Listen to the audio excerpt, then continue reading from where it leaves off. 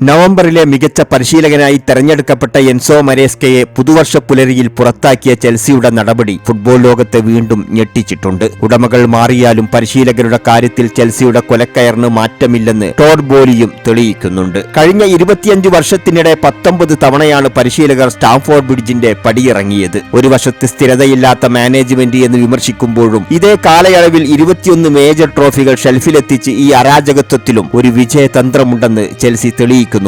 David കാൾഡർഹെഡിനെ പോലെ 1/4 നൂറ്റാണ്ടുകാലം ക്ലബിനെ നയിച്ച പാരമ്പര്യം ഇന്ന് ചെൽസിക്ക് ഒരു വിദൂര സ്വപ്നം മാത്രമാണ്. ഹോസെ മൊറീഞ്ഞോയും ക്ലോഡിയോ റാനിയോരിയും ക്ലബിന്റെ ചരിത്രത്താളുകളിൽ ദീർഘകാലം നിന്നവരാണെങ്കിൽ പോലും ശരാശരി 1.5 വർഷം പോലും തികക്കാനാവാതെ പരിശീലകർ പുറത്തു പോകുന്നതാണ് പുതിയ രീതി. കല്ലം മക്ഫാലിനെ പോലുള്ള താൽക്കാലിക പരിശീലകരെ കൊണ്ട് മാഞ്ചസ്റ്റർ സിറ്റിയെ പോലുള്ള കരുത്തരെ നേരിടേണ്ടി വരുന്ന ദുരവസ്ഥയിലേക്ക് ചെൽസി കൂപ്പുകുത്തി എന്ന് വേണമെങ്കിൽ പറയാം. ഈ മാറ്റങ്ങൾ വെറും തന്ത്രപരമായ നീക്കങ്ങൾ മാത്രമല്ല, ക്ലബിന്റെ ഖജനാവിനെ പിടിച്ചുലക്കുന്ന വമ്പൻ സാമ്പത്തിക ബാധ്യത കൂടിയാണ്. പരിശീലകരെ കാലാവധിക്ക് മുൻപേ പുറത്താക്കിയ വകയിൽ മാത്രം കഴിഞ്ഞ 25 വർഷത്തിനിടെ ഏകദേശം 2000 കോടി രൂപയാണ് ചെൽസി നഷ്ടപരിഹാരമായി എറിഞ്ഞുടച്ചത്. അന്റോണിയോ കോണ്ടെ നിയമ പോരാട്ടത്തിലൂടെ നേടിയെടുത്ത 322 കോടി രൂപ ഇതിന്റെ ആഴം വ്യക്തമാക്കുന്നുണ്ട്. പണം വാരിക്കോരി എറിഞ്ഞും പരിശീലകരെ കസാര തെറിപ്പിച്ചും ചെൽസി നടത്തുന്ന ഈ പരീക്ഷണം ഫുട്ബോൾ ചരിത്രത്തിലെ തന്നെ ഏറ്റവും വലിയ ചൂതാട്ടമായി തുടരുകയാണ്.